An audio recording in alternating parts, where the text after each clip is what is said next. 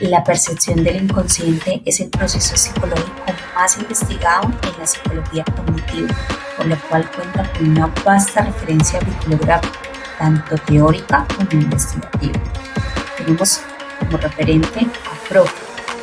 La percepción del inconsciente es una forma de percepción en la cual hay ausencia del consciente en el proceso y o en los contenidos perceptuales. Esto según Klingström de 1996.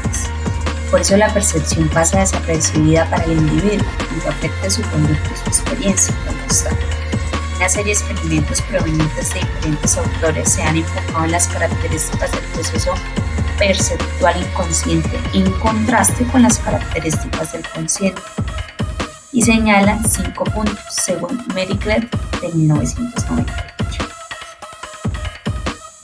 Miremos entonces las características del proceso perceptual inconsciente. Primero, los experimentos llevados a cabo por Sanford Murphy, citados en Meriklev 1998, mostraron que las personas fueron influenciadas por los estímulos enmascarados, mientras que las del grupo 2 no hubo ninguna influencia. Esto demuestra que el proceso de procesamiento perceptual inconsciente tiene una influencia mayor que la consciente. La segunda serie de experimentos fue realizada por Gregor en 1984 a 1988. Estas se citan en el libro de Meriklev 1998. Estas demostró que las palabras percibidas inconscientemente se codifican de una manera diferente a las percibidas conscientemente, de modo que las primeras tienden a ser codificadas con base en el significado o semántica, mientras que las segundas con base en la estructura o características superficiales. El tercer experimento fue realizado por varios investigadores citados en el libro de Meriklev 1998. Entre ellos están involucrados Denners y Jacobi y Jordens. Alrededor de la diferencia entre percepción consciente e inconsciente han demostrado que la primera lleva a acciones flexibles y que siguen las instrucciones dadas, mientras que la segunda lleva a reacciones automáticas que carecen de control por parte del individuo. También tenemos el experimento realizado por Marcel, citado en el libro de Meriklev 1998. Este experimento se llevó a cabo en 1980. Demostraron que la percepción inconsciente de un estímulo no se encuentra limitado por el contexto. Por el contrario, hay una gran influencia del contexto en la percepción del consciente. Cuando hablamos del inconsciente cognitivo, nos referimos a los procesos mentales que ocurren fuera de nuestra conciencia, pero que influyen en nuestra percepción, pensamientos, decisiones y comportamientos. Un claro ejemplo de ello es cuando yo oigo un sonido, automáticamente dicho estímulo es procesado por mi mente, donde actúan sistemas cognitivos como la percepción, la atención y la memoria. Estas ejercen operaciones mentales sin que nos demos cuenta o seamos conscientes de ello. Una vez que se produce el comportamiento, es decir, lo visible exteriormente, nos damos cuenta de los estímulos percibidos, más no del procesamiento mental. ¿Qué es la memoria inconsciente y qué evidencia hay a su favor?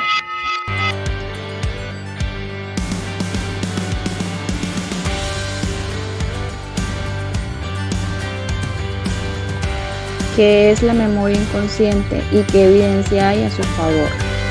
La memoria inconsciente, también conocida como memoria implícita o no declarativa, es un tipo de memoria que se almacena de forma involuntaria y no consciente. Se trata de recuerdos que se basan en hábitos perceptivos y motores y se forman a partir de aprendizajes antiguos relacionados con la supervivencia de cada especie. Como evidencia podemos encontrar el experimento de Primer. Exponer a un estímulo mejora la respuesta a estímulos relacionados sin que el participante sea consciente de la conexión.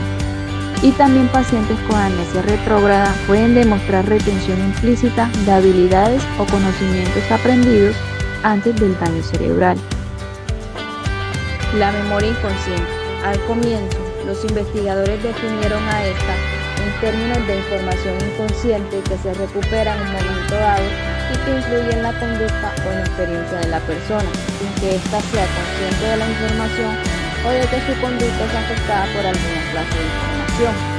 Sin embargo, se han realizado experimentos en los cuales se muestra que la memoria también puede ser inconsciente en el momento de almacenar la información. Por ejemplo, Merikel y Berneman, 1996, de la Universidad de Waterloo, en Canadá, han demostrado que pacientes que se encuentran bajo la influencia de la anestesia, aunque afirman no recordar nada de lo ocurrido en ese momento, sus conductas posteriores demuestran que ellos cuentan con cierta información de lo sucedido mientras se encontraban bajo anestesia. Esto implica que los pacientes lograron percibir y almacenar inconscientemente información de la habitación y que luego fueron capaces de recuperarla también de forma inconsciente, lo cual demuestra la existencia no solo de la memoria inconsciente tanto en el momento de almacenar como de recuperar la información, sino que también demuestra la existencia de la percepción inconsciente. Entonces, la memoria inconsciente implica un procesamiento inconsciente de la información, el cual puede darse tanto en el momento de almacenar la información como en el momento de recuperar. Por otro lado, también puede verse como en dos subprocesos, memorización y recuperación. La información que se procesa es de naturaleza inconsciente, por la cual dos individuos no se dan cuenta. No tienen la experiencia consciente de la información y de cómo ella afecta su comportamiento. Una de las cuestiones principales a la hora de entender la memoria inconsciente es si esta es un proceso diferente de la consciente o una forma de memoria consciente. A este respecto, hay opiniones encontradas, pues algunos autores plantean que se trata de diferentes sistemas, mientras que otros autores plantean que se trata del mismo sistema. Pero la forma en que se procesa la información es la que diferencia la memoria inconsciente de la consciente. Sin embargo, estas teorías cuentan con poca evidencia empírica, por lo cual se han planteado una tercera opción, que cada tipo de memoria es un sistema diferente con procesos diferentes, según Fuffe, 1997. ¿Qué es la negligencia atencional y qué tipos existen?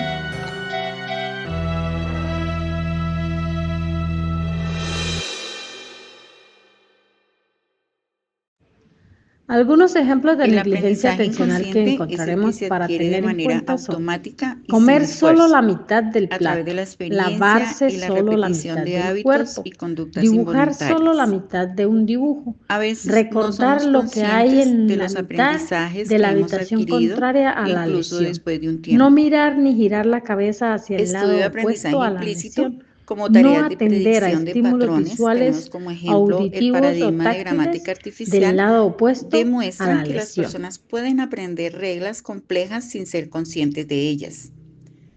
En casos con pacientes amnésicos que aprenden nuevas habilidades motoras, como dibujar en un espejo a pesar de no recordar haberlas practicado. Dentro de las principales características del aprendizaje inconsciente tenemos el automatismo. Este aprendizaje no exige una atención consciente ni planificación previa. Generalmente ocurre mientras estamos involucrados con otras tareas o cuando no somos conscientes de los estímulos a los que estamos expuestos. Tenemos también los procesos implícitos. Tiene relación con el aprendizaje inconsciente, lo que implica que las personas pueden captar regularidades, patrones o asociaciones en su entorno sin tener una percepción consciente de ello. También tenemos la memoria implícita. Está vinculada a la memoria no declarativa, un tipo de memoria que almacena información sin necesidad de que la recordemos conscientemente. Tenemos como ejemplo de estas habilidades andar en bicicleta, tocar un instrumento o reconocer rostros familiares. Tenemos también la adaptabilidad. Este mecanismo tiene una función adaptativa crucial, ya que nos permite aprender y responder rápidamente a estímulos o situaciones sin parar por un análisis consciente. Esto resulta especialmente útil en contextos sociales, emocionales o de supervivencia. podemos decir que el aprendizaje inconsciente es un fenómeno esencial para la vida diaria, ya que nos permite adaptarnos a nuestro entorno sin una carga excesiva sobre los recursos cognitivos. A pesar de que pasa desapercibido en el momento, sus efectos se reflejan en nuestras habilidades y comportamientos a lo largo del tiempo.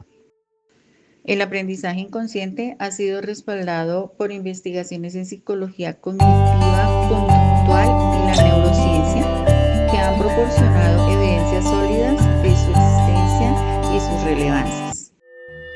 ¿Qué es la negligencia atencional y qué tipos existen?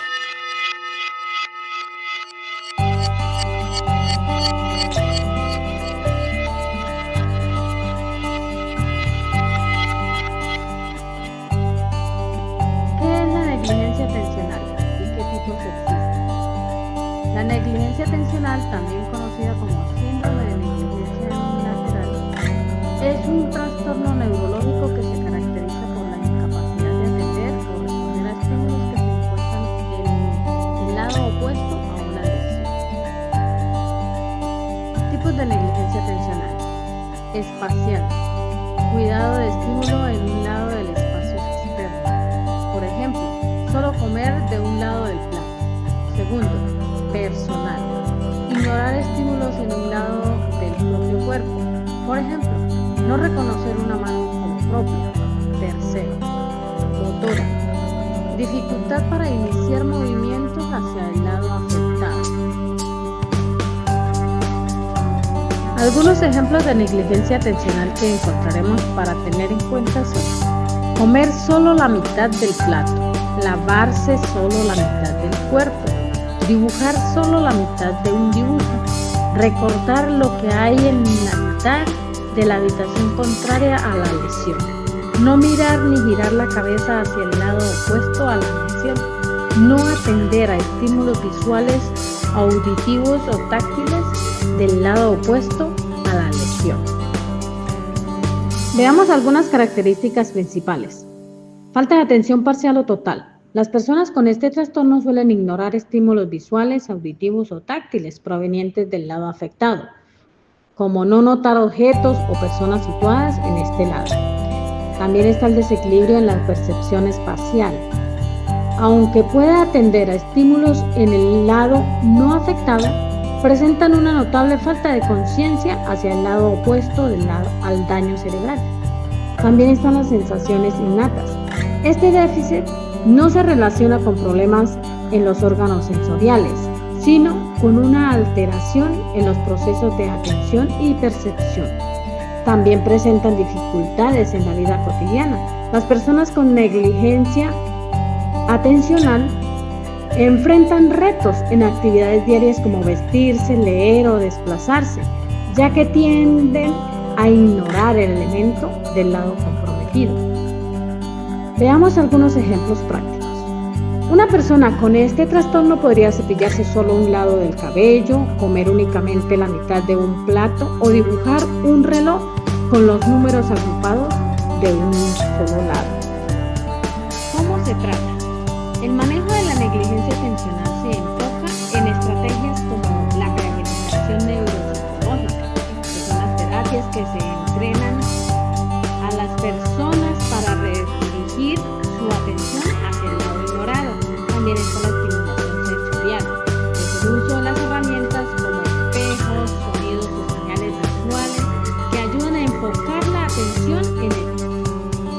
Y por último, pero no menos importante, veremos unos ejemplos de disociaciones en síndrome neurológico. Empecemos con este ejemplo de disociación entre atención selectiva y dividida en el síndrome de negligencia. La atención selectiva puede estar dañada por estímulos estimulados en el espacio, mientras que la atención dividida habilita para atender estímulos Su evidencia es que hay tareas de cancelación de líneas que muestran un mejor desempeño con estímulos en el campo derecho. Otro ejemplo que podemos encontrar es este: la disociación entre percepción consciente procesamientos automáticos en el síndrome de ceguera. Encontramos pacientes no conscientes de ver objetos y aún así pueden realizar tareas que implican procesamientos visuales inconscientes. Un ejemplo de esto es que en niños los pacientes que evitan obstáculos a pesar de afirmar que ellos no